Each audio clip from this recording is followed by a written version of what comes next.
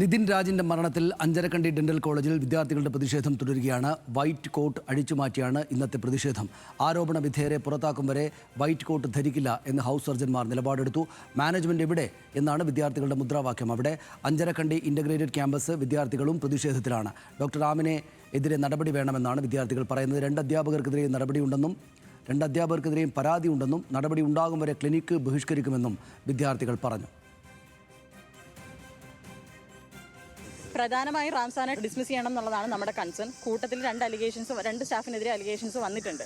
അവരുടെ കാര്യം കൺസിഡർ ചെയ്യുന്നവരെ നമ്മൾ ലെറ്ററിൽ എഴുതിയിട്ടുണ്ട്. നമ്മൾ സ്റ്റുഡൻസിനുള്ള കൺസേൺസ് അഡ്രസ്സ് ചെയ്യാൻ വേണ്ടിയിട്ട് എല്ലാവർക്കും ഓപ്പൺ ആയിട്ട് കൊടുത്തൊരു മെയിൽ ഐ ഡിയിൽ വന്ന കംപ്ലയിൻസിൻ്റെ അടിസ്ഥാനത്തിലാണ് നമ്മൾ രണ്ട് സ്റ്റാഫിനെതിരെയുള്ള അലിഗേഷൻസ് പറയുന്നത്.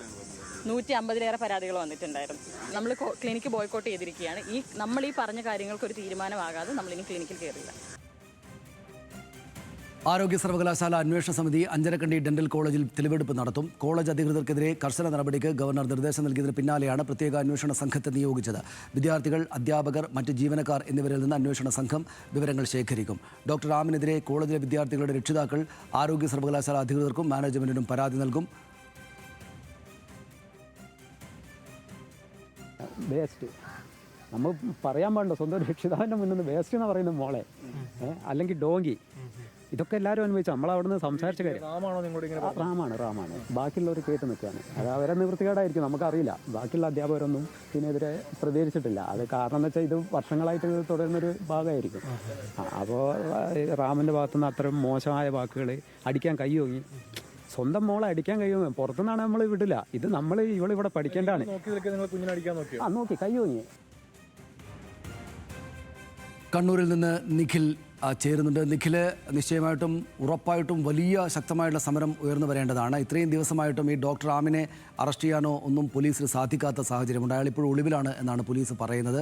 അപ്പോൾ ഇത്രമാത്രം കുട്ടികൾക്കും അവരുടെ രക്ഷിതാക്കൾക്കും പരാതിയുള്ള ഇയാളെ എത്രയും പെട്ടെന്ന് പിടിച്ച് നിയമ സംവിധാനത്തിന് മുന്നിൽ കൊണ്ടുവരുന്നതിന് പോലീസിന് സാധിക്കാത്ത സാഹചര്യമുണ്ട്. ഉറപ്പായിട്ടും അതുകൊണ്ട് തന്നെ വലിയ അതിശക്തമായിട്ടുള്ള സമരം ഉണ്ടാകേണ്ടതുണ്ട്. ആ നിലക്ക് തന്നെയാണ് നമ്മൾ അവിടെ നിന്ന് കാര്യങ്ങൾ മനസ്സിലാക്കുന്നത്, അല്ലേ? തീർച്ചയായും സനീഷ്, അത്തരത്തിൽ വലിയ പ്രതിഷേധമുയർത്താൻ തന്നെയാണ് വിദ്യാർത്ഥികളുടെ തീരുമാനം. അതിൻ്റെ ഭാഗമായാണ് ഇവർ ഇന്ന് ഈ ഇൻ്റഗ്രേറ്റഡ് ക്യാമ്പസിലെ മുഴുവൻ വിദ്യാർത്ഥികളും ഈ പ്രതിഷേധത്തിൻ്റെ ഭാഗമാകുന്നത്.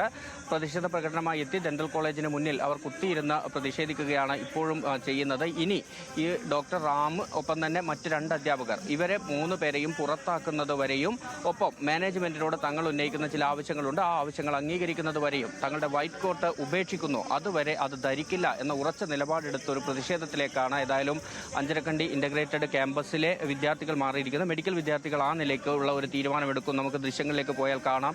അവർ അവരുടെ വൈറ്റ് കോട്ട് ഈ ഒരു പ്രതിഷേധത്തിൻ്റെ ഭാഗമായി ഡെന്റൽ കോളേജിന് മുന്നിലേക്ക് എത്തി. അവിടെ എത്തി ആ വൈറ്റ് കോട്ട് അവർ ഒരുമിച്ച് ഊരി മാറ്റുകയായിരുന്നു. ആ വൈറ്റ് കോട്ടുകളുമായി ഇരുന്നാണ് അവരിപ്പോൾ ഈ ഒരു പ്രതിഷേധത്തിൻ്റെ ഭാഗമായി ഇവിടെ പങ്കെടുത്തുകൊണ്ടിരിക്കുന്നത്.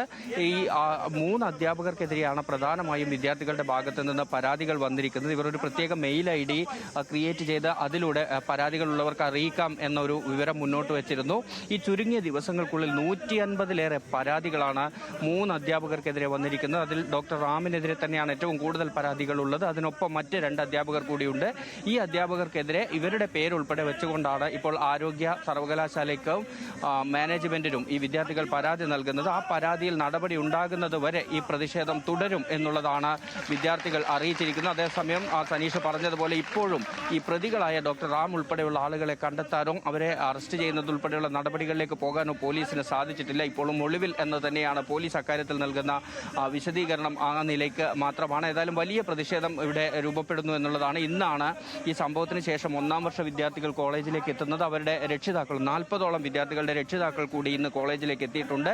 ഈ കാര്യങ്ങളിൽ ഒരു തീരുമാനമാക്കി വിദ്യാർത്ഥികൾക്ക് ഒരു നല്ല അന്തരീക്ഷത്തിൽ പഠിക്കാനുള്ള സൗകര്യമൊരുക്കുക, ഡോക്ടർ റാമിനെ പുറത്താക്കുക തുടങ്ങിയ ആവശ്യങ്ങൾ, ആ ആവശ്യങ്ങൾ പരിഗണിക്കപ്പെടുന്നത് വരെ ഇവിടെ ഇത്തരത്തിലൊരു സമരം എന്നത് തന്നെയാണ് വിദ്യാർത്ഥികളുടെ തീരുമാനം.